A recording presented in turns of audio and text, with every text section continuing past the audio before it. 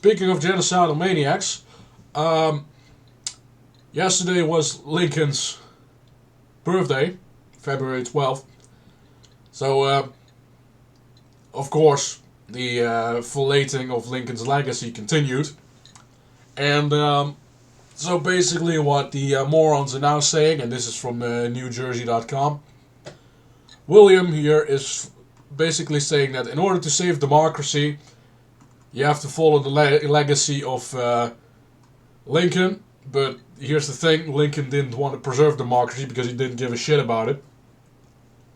That's why he arrested the Maryland legislature and deported congressmen and ordered the arrest of judges and journalists and anyone that wasn't an abolitionist that wasn't really in support of him. So, of course, it wasn't about democracy, it was about preserving the Union.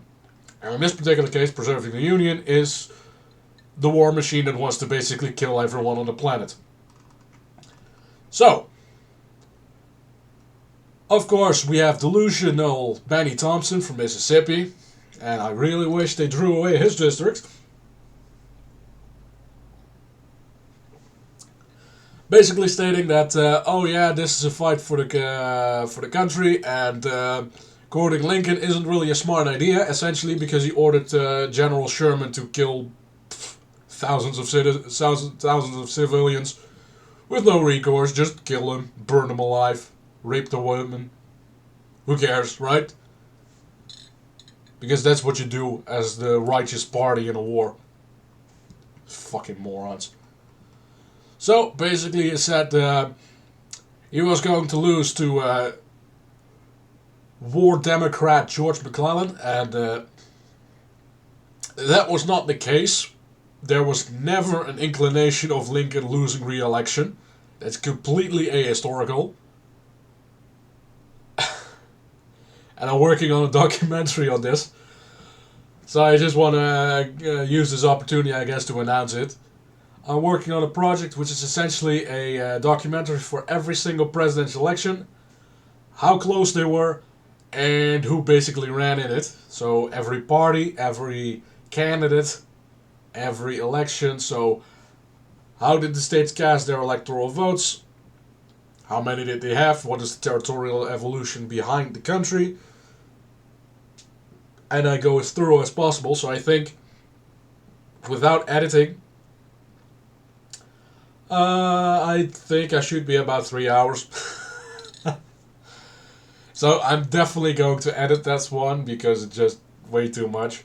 And I probably should be getting a new microphone at that time because the webcam I'm using right now isn't really doing much favor to the audio quality. So I'm going to change that, of course. So that's a little better. Alright. Basically, it's just flagellation, and you need to get Trump off the ballot because blah blah blah. Muh Democracy. I wish every single individual that said democracy is the most important value of the country. I'm sorry, but the reality of the matter is that democracy will either lead to communism or fascism, depending on the one contingent, that is, do you recognize property rights? If you do not recognize property rights, democracy will inevitably become communism. If you do believe in property rights, it becomes fascism. And the reason for that is very simple, because if you put anything up to a vote, including the notion and the recognition of rights, you will always find that the established order seeks to manipulate the people into voting to repeal those rights. We see it with freedom of speech, we see it with privacy, we see it with the right to defend oneself, and yes, it also is this right to self-determination, which is essentially what the Civil War was mostly about. It had nothing to do about slavery, it had to do with the right to secede from the Union. That is what the Civil War was about. So,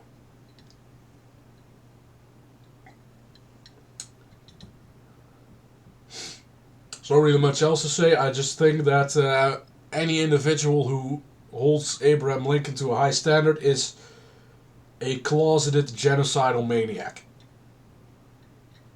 That is the way I see it. So, that's why I always archive these things, because at some point William is going to change a bunch of things to make it seem like he isn't that much of a genocidal maniac. I just want to keep you alive and make sure that his lies will not be erased from memory.